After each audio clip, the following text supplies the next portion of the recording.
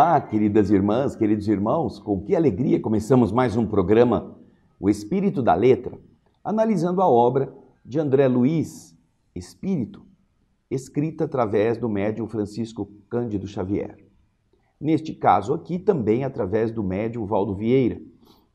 E nós já estamos há algumas semanas fazendo a abordagem de todos os capítulos.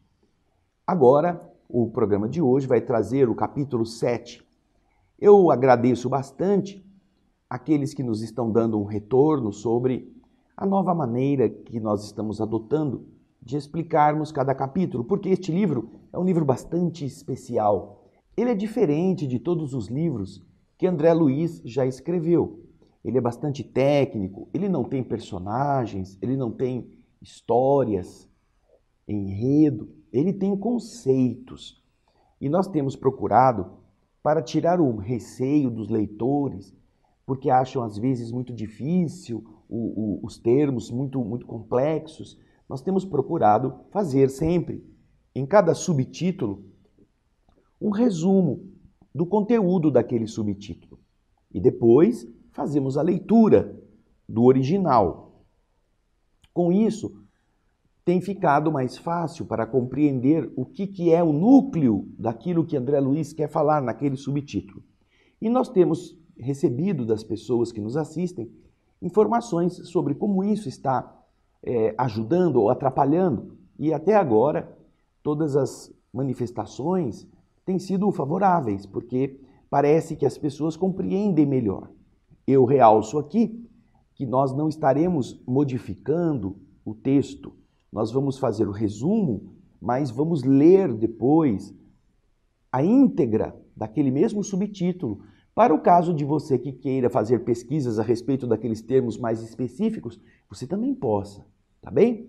Então agora pegue o seu livro, pegue a sua caneta, o seu lápis, anote os detalhes em alguma folha à parte ou no próprio livro, para que você não perca nenhuma dessas viagens que André Luiz faz no conhecimento da evolução, tanto no mundo físico quanto no mundo espiritual. Então agora nós vamos começar o capítulo 7, que vai nos trazer informações muito interessantes sobre a evolução e a hereditariedade.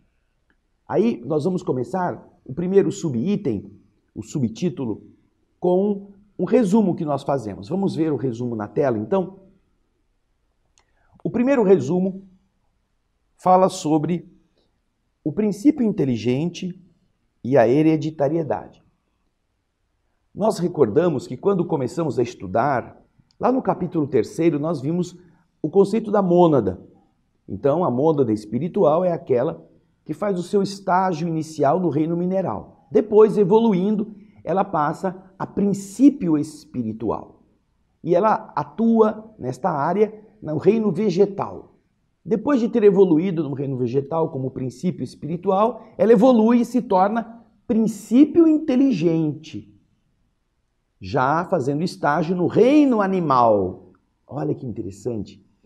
Para que depois de ele estagiar o suficiente no reino animal, ele ganhe a condição de espírito.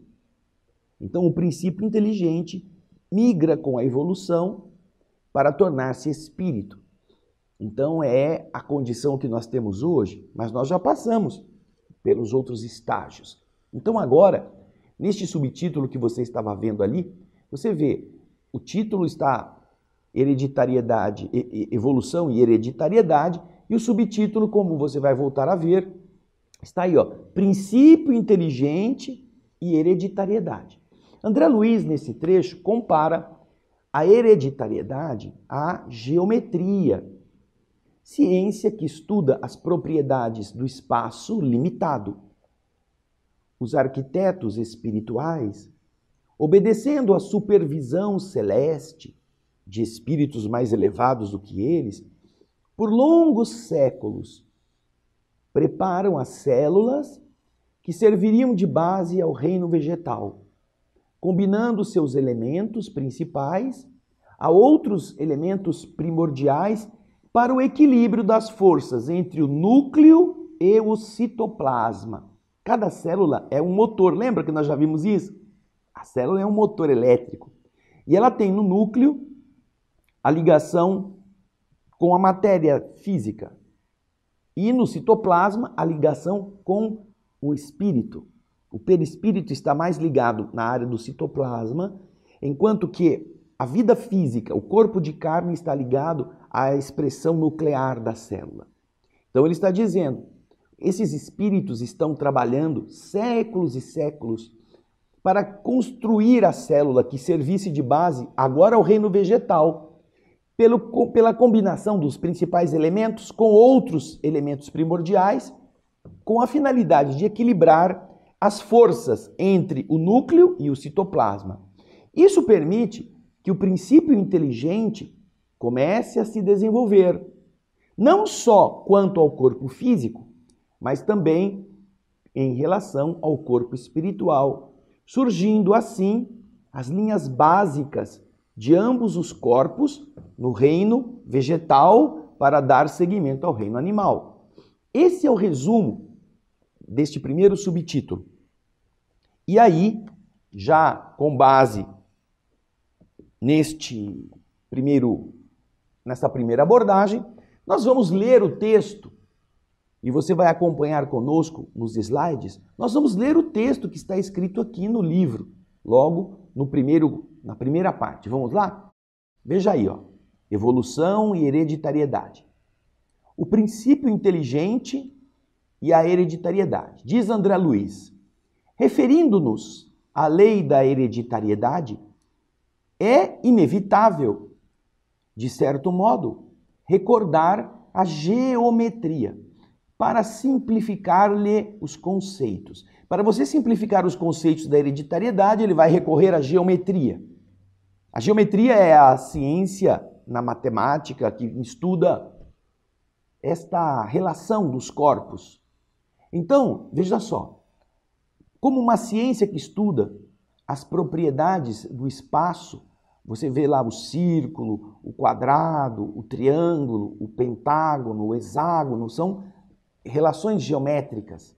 Com base nessa ciência que dá essa estruturação das formas, vamos encontrar, diz André Luiz, vamos encontrar a hereditariedade como lei que define a vida, circunscrita à forma em que se externa. Então, a hereditariedade seria a lei da geometria que produz a forma em que a vida vai se externar. Ora a forma vegetal, ora a forma animal, a forma mineral. Então, a geometria estaria sendo usada como uma comparação com a hereditariedade. Aí ele continua dizendo, só a inteligência, o princípio inteligente, a inteligência consegue traçar linhas inteligentes. Em razão disso, e atendo-se, restringindo-se aos objetivos finalistas do universo, qual é o objetivo, aonde vamos chegar em todos os projetos do universo, não será possível esquecer o plano divino, quando se trate de qualquer mergulho mais profundo na genética. Ainda mesmo que este mergulho enoje ou cause repugnância aos cultores da ciência materialista que não querem ver Deus tomando conta de tudo isto. Os materialistas não aceitam a inteligência soberana, eles acham que tudo são forças da própria natureza que se autoestrutura. Como se estruturam, então, os cromatídeos nos cromossomas, é um problema que, de todo, por enquanto, nos escapa ao sentido.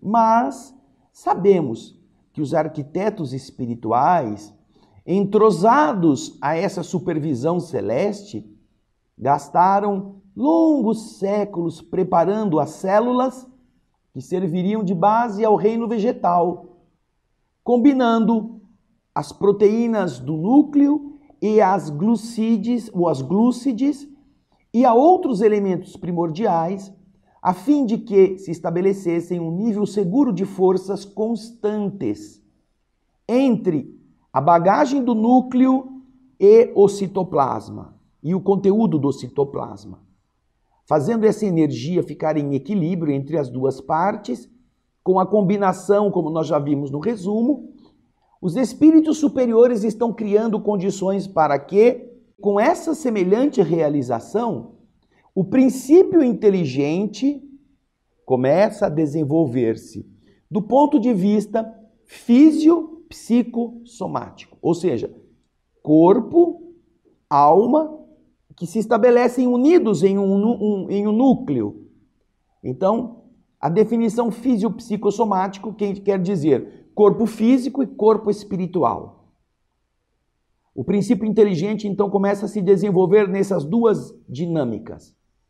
Não apenas a forma física do futuro promete revelar-se, não apenas, mas também a forma espiritual. E aí ele continua concluindo que esse trabalho para dar ao princípio inteligente essas condições vai permitir que, além do corpo físico, ele também desenvolva esse corpo espiritual. Então você vê que é basicamente o que nós colocamos no nosso resumo. Já vimos nos programas anteriores a importância da célula como o ponto de ligação da alma à matéria que está sendo modelada. Mas a mônada vem vindo, ainda não é o ser humano, ainda não é o espírito completo.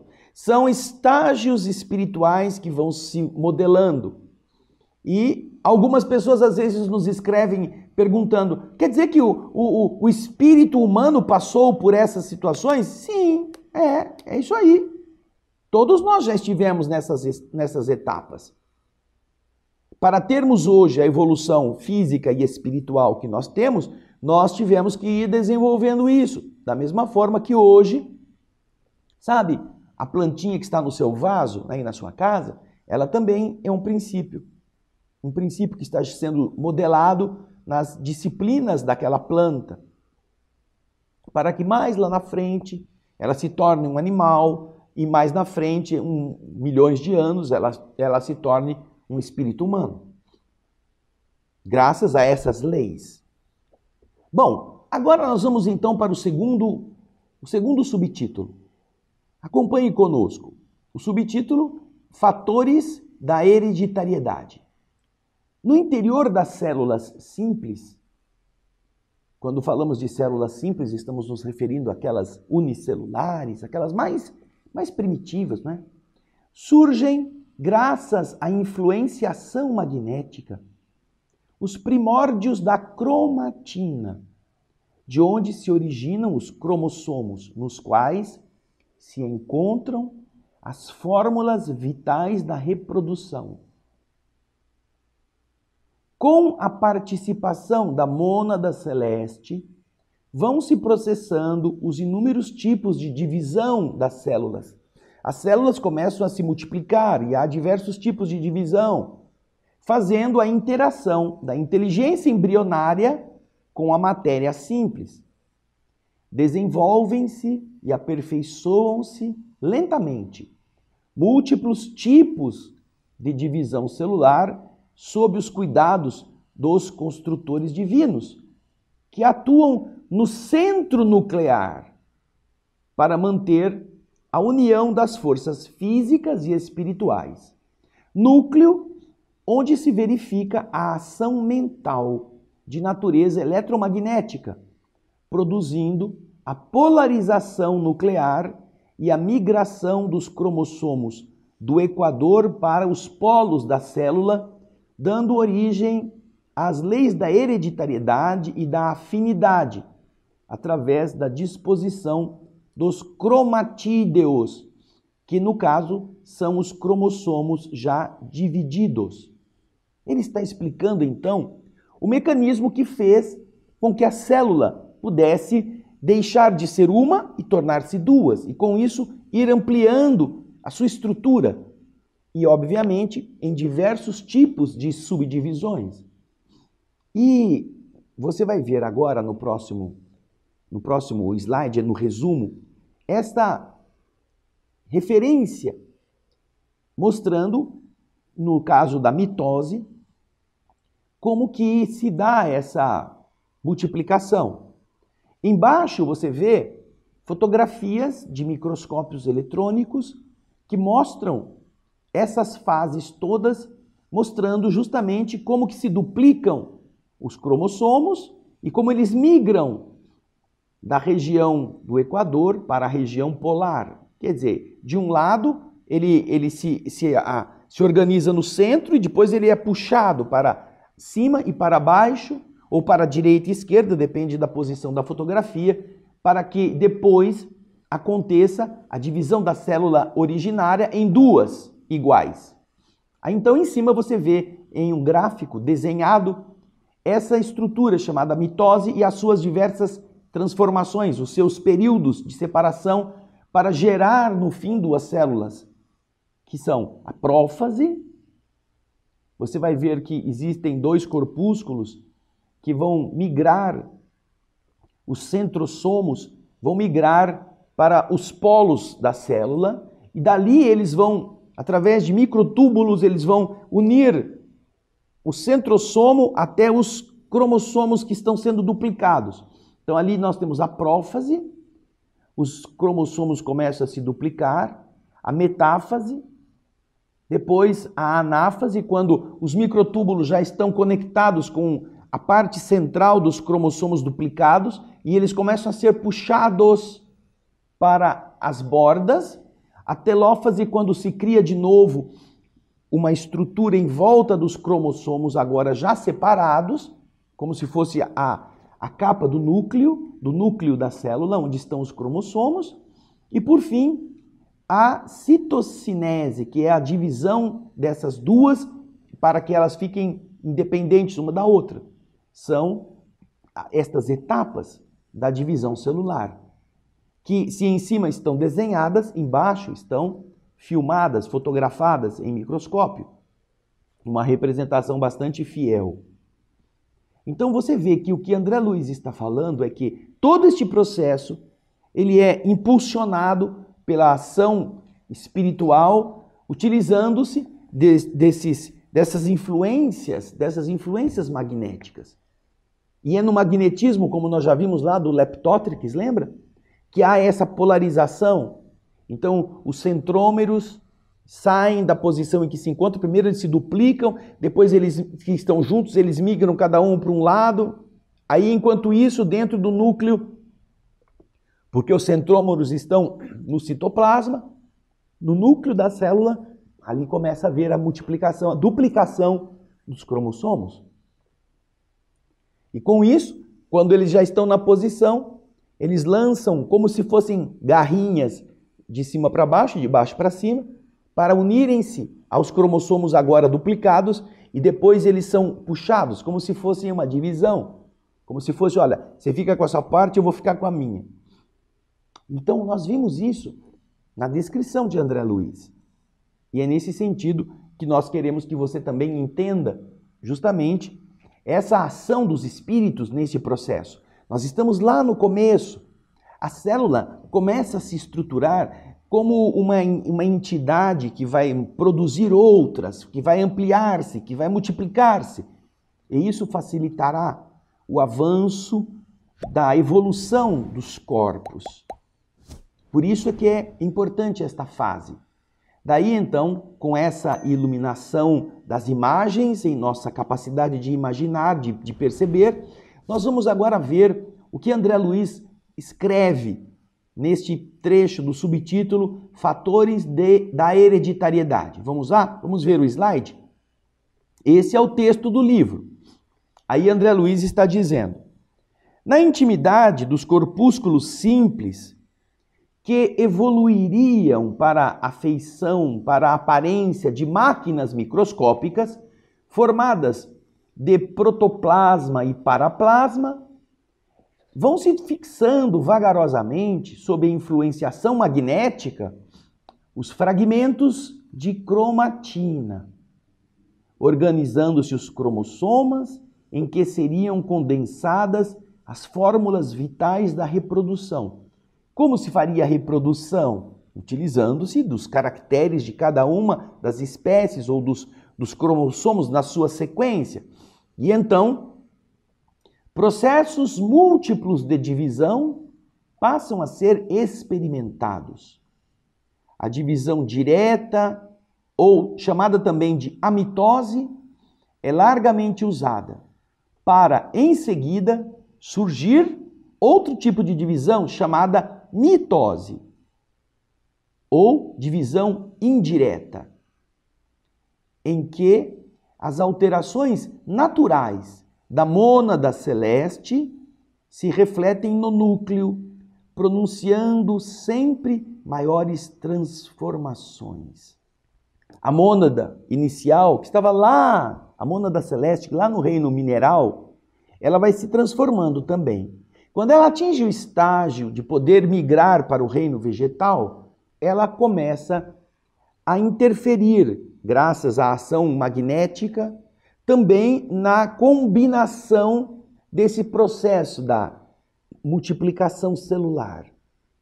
Então os cromossomos começam a ser aqueles mapas que vão organizar os futuros corpos, nas futuras células. E ali, com a divisão celular e com a sequenciação cromossômica, podem acontecer muito mais variações, muitas outras variações. Podem se multiplicar em espécies, em grupos celulares afinizados com aquela característica. É o que ele está falando aqui. Portanto, com a mitose, surge um novo processo de transformação da célula para que a mônada, que possa estar lá nesse mesmo processo primitivo de evolução, comece também a ganhar mais opções de avanço na sua constituição. E aí ela passa a ser o princípio espiritual, utilizando-se do reino vegetal para poder ir também evoluindo. Mas vamos continuar no slide, veja aí. Lentamente, os cromossomas adquirem a sua apresentação peculiar. E aí ele vai explicar como que se dá a mitose, com as transformações do cromossomo internamente. E ele cita aqui a sua apresentação peculiar em forma de ponto, alça, bastonete, bengala. E a evolução que ele diz respeito na divisão do núcleo celular, chamada de cariocinese. O núcleo tem que se dividir, porque é no núcleo que está a mensagem de como será a mudança das células futuras, como serão as subdivisões. Então, a cariocinese, que é a divisão do caroço, a divisão do núcleo, vai permitir que os cromossomos possam ser compartilhados com as outras células daí decorrentes. E aí ele cita essa cariocinese que acontece desde a prófase até a telófase e merece a melhor atenção dos construtores divinos, que através do centro celular mantém a junção das forças físicas e espirituais. Ponto esse em que se verifica o impulso mental de natureza eletromagnética, pelo qual se opera o movimento dos cromossomas na direção do equador para os polos da célula, criando as leis da hereditariedade e da afinidade que se vão exercer dispondo nos cromatídeos, em forma de granulações perfeitamente identificáveis entre o leptotênio e o paquitênio, os genes ou fatores da hereditariedade. Os genes são os que vão governar a hereditariedade para que as características de uma se transfiram para outra célula, que no transcurso dos séculos vão sendo fixados em número e valores diferentes para cada espécie. Olha que interessante. Números e valores diferentes para cada espécie. E é aí que surgem as diferenciações e as modificações que dão origem a caminhos diversos na multiplicidade dessas raças, dessas espécies de plantas, por exemplo. Justamente porque os genes vão sendo combinados, são sendo recombinados em cada uma dessas formas e vão sofrendo as chamadas mutações naturais. Olha que interessante. Isso é uma forma de produzir novos corpos para que aquela mônada, que antigamente era a mônada espiritual, que vivia nos minerais, possa evoluir agora para o chamado princípio espiritual. É um começo, não é o espírito, não é a inteligência, mas é o começo de um princípio, o princípio de um que vai ser no futuro um espírito. E é a célula base, essa que vai ser agora modificada para que ela possa produzir novas células com as indicações, um mapa, como vão ser as próximas gerações, que vai permitir toda uma variante com base na ação mental, sejam dos construtores, seja da própria influenciação desta mônada, deste princípio espiritual, que começa também a ligar-se de forma magnética àquele núcleo pequenino e dar o seu impulso para que ele também se estabeleça. Muito interessante. Mas nós temos o outro subtítulo. Aí você vem, arquivos dos reflexos condicionados. Através, então, do processo de nascimento, morte, experiência e renascimento, nos dois lados da vida, a mônada vai evoluindo no reino vegetal. Primeiramente, através da reprodução sem o sexo, sem a troca sexual. Depois, entrando na fase dos flagelados, o Leptotrix, lembram dele? Ela vai subindo gradualmente na escala animal, modelando o próprio corpo espiritual em formas mais complexas, graças à constituição do sistema nervoso, responsável por ser a sede dos instintos superiores e capaz de arquivar os reflexos condicionados. Então você vê que primeiro vai haver a reprodução sem a troca sexual no reino vegetal.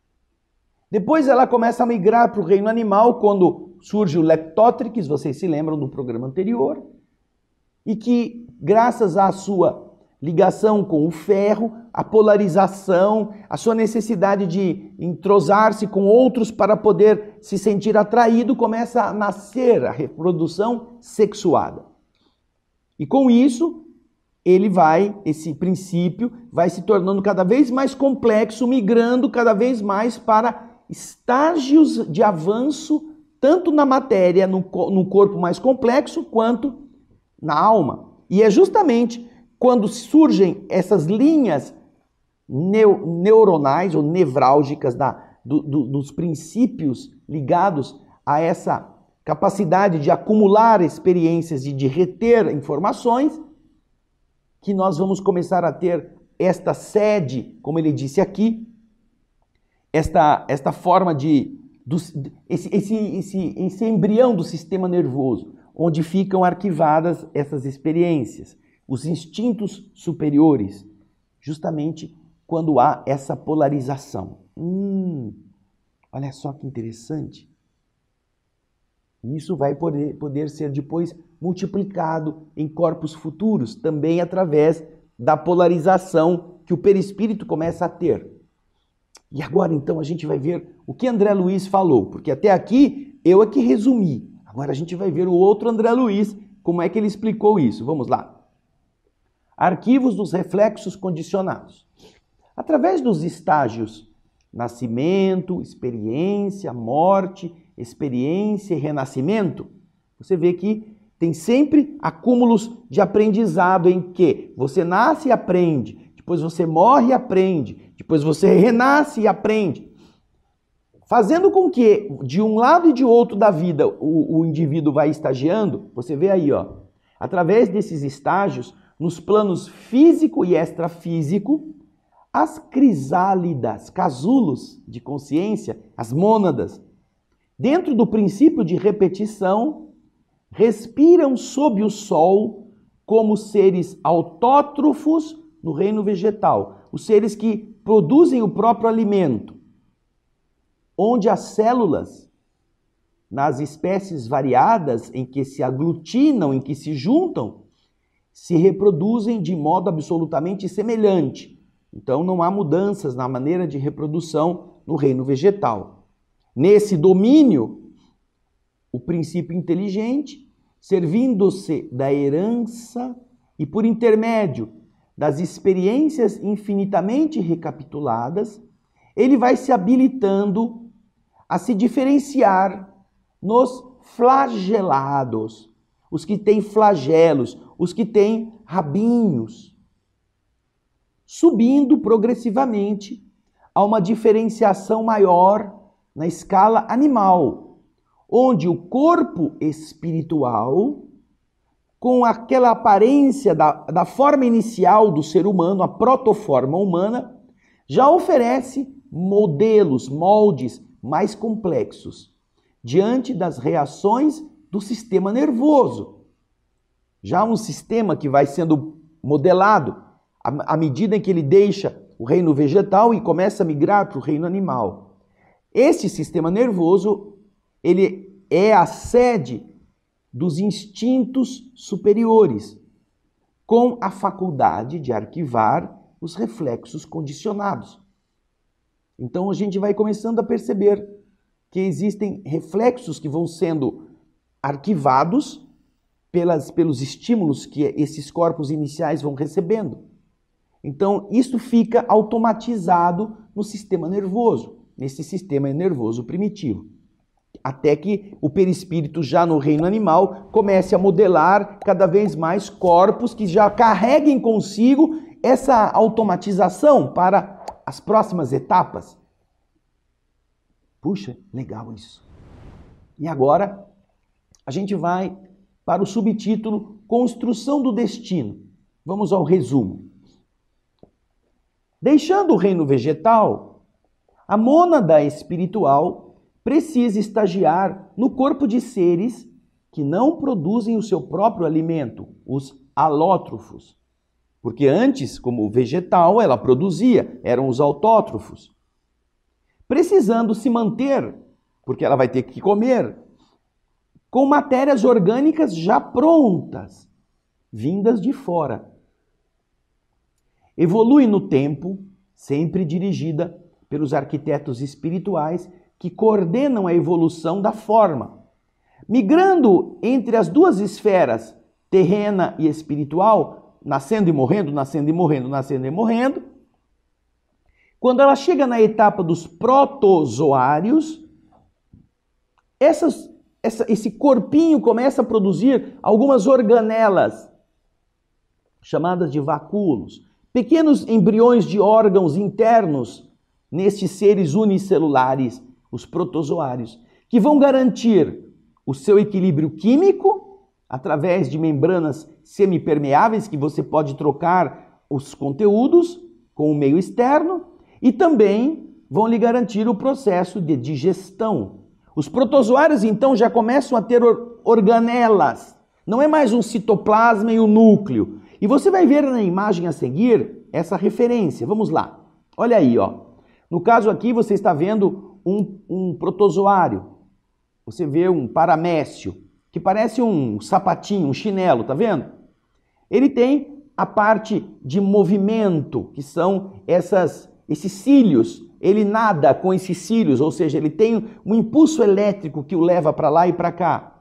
Ele tem os núcleos onde estão as orientações genéticas. Ele começa a ter ali, ó, um embrião de boca, uma faringe chamada de citofaringe, como uma espécie de faringe da célula.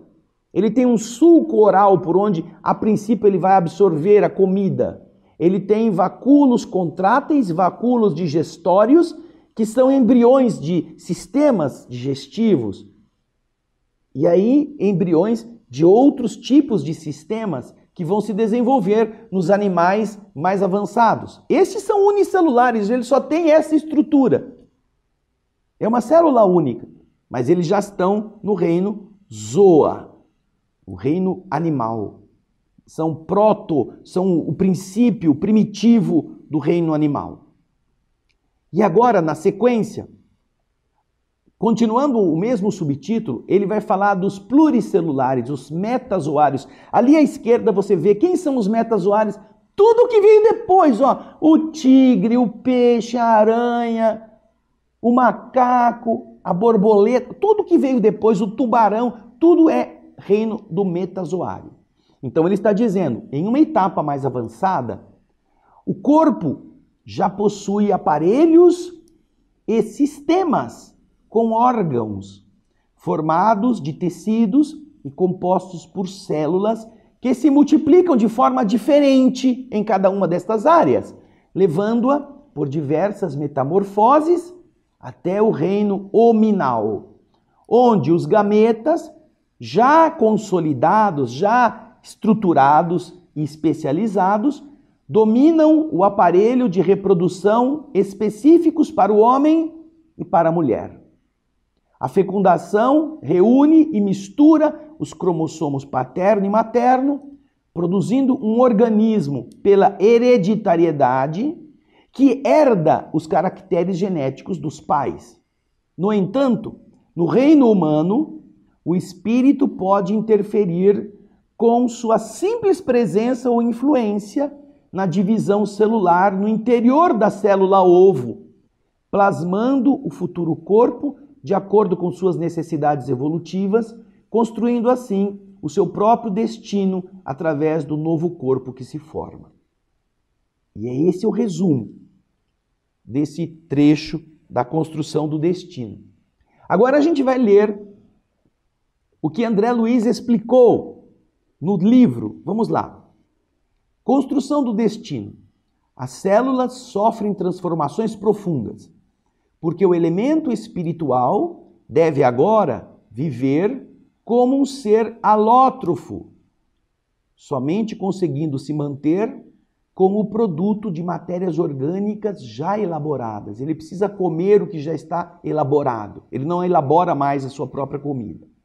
Com a passagem do tempo e sob a inspiração dos arquitetos espirituais que lhe deram origem ou que lhe orientam a evolução da forma, avança na rota do progresso, plasmando, gerando novos implementos, novos órgãos no veículo em que ele vai se expressar, no corpo que ele vai se expressar. Entre a esfera terrena e a esfera espiritual, adquire os orgânulos particulares com que passa a atender variadas funções entre os protozoários, como sejam os vacúolos pulsáteis para a sustentação do equilíbrio osmótico, do equilíbrio químico, e os vacúolos digestivos para o equilíbrio da nutrição. Nos metazoários, conquista um corpo físico estruturado em aparelhos e sistemas já complexos, constituídos de órgãos que, por sua vez, são formados de tecidos compostos por células em complicado regime de diferenciação e passando por longas e perseverantes metamorfoses, atinge o reino hominal, em que os gametas se erguem especializados e seguros no aparelho de reprodução, com elementos e recursos característicos para o homem e para a mulher, no íntimo do centro genético, entre os aparelhos de metabolismo e os sistemas de relação. No ato da fecundação, reúnem-se os pronúcleos masculino e feminino, mesclando as unidades cromossômicas paternas e maternas, a fim de que o organismo, obedecendo à repetição na lei da hereditariedade, se desenvolva dentro dos caracteres genéticos daquele que descende, de onde ele veio. Mas, agora, no reino humano, o espírito, entregue ao comando da própria vontade, determina, com a simples presença ou influência no campo materno, os mais complexos fenômenos endomitóticos no interior do ovo, edificando as bases de seu próprio destino no estágio da existência cujo início o berço assinala. Tudo isso é o que André Luiz está explicando. Então imagina assim, no começo era uma taperinha, feita ali de pedaço de madeira, de folha. Depois ele vai organizando-se de uma outra maneira. Aquela taperinha que só tinha um cômodo, agora precisa ter uma salinha, um quartinho, um banheirinho ou uma cozinha. Ele vai ampliando, até que com o passar do tempo as necessidades se tornam tão maiores e ele vai se capacitando cada vez mais, que no fim ele constrói um sobrado, depois constrói um prédio, depois constrói um condomínio que tem esgoto, que tem coleta de lixo, que tem fornecimento de água, que tem área de lazer, piscina aquecida, que tem energia solar, que tem todos os requisitos, como elevador para ir lá para cima, que é um corpo humano já consolidado. E é essa explicação que ele está dando nesta primeira parte do capítulo. Então, coisas boas, coisas legais que a gente vai continuar acompanhando para terminarmos o capítulo na próxima semana. Então eu espero você, aguardo que você possa ter entendido e absorvido muitos desses ensinamentos, e para aquilo que você ainda ficou em dúvida, pode pesquisar, que é muito interessante, que a gente vá em busca de mais informações, tá bom?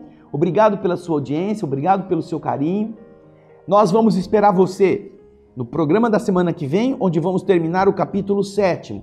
E desejamos que, se você puder nos dizer se está indo bem, se essa maneira de fazermos a divisão em resumo está ajudando você para entender o que André Luiz está dizendo, você nos escreva, dê o seu joinha, compartilhe com seus amigos, dê a sua opinião, nos avise, porque assim a gente melhora, tá bom? Na próxima semana eu espero você para terminar o capítulo 7. Obrigado pela audiência, até lá e muita paz!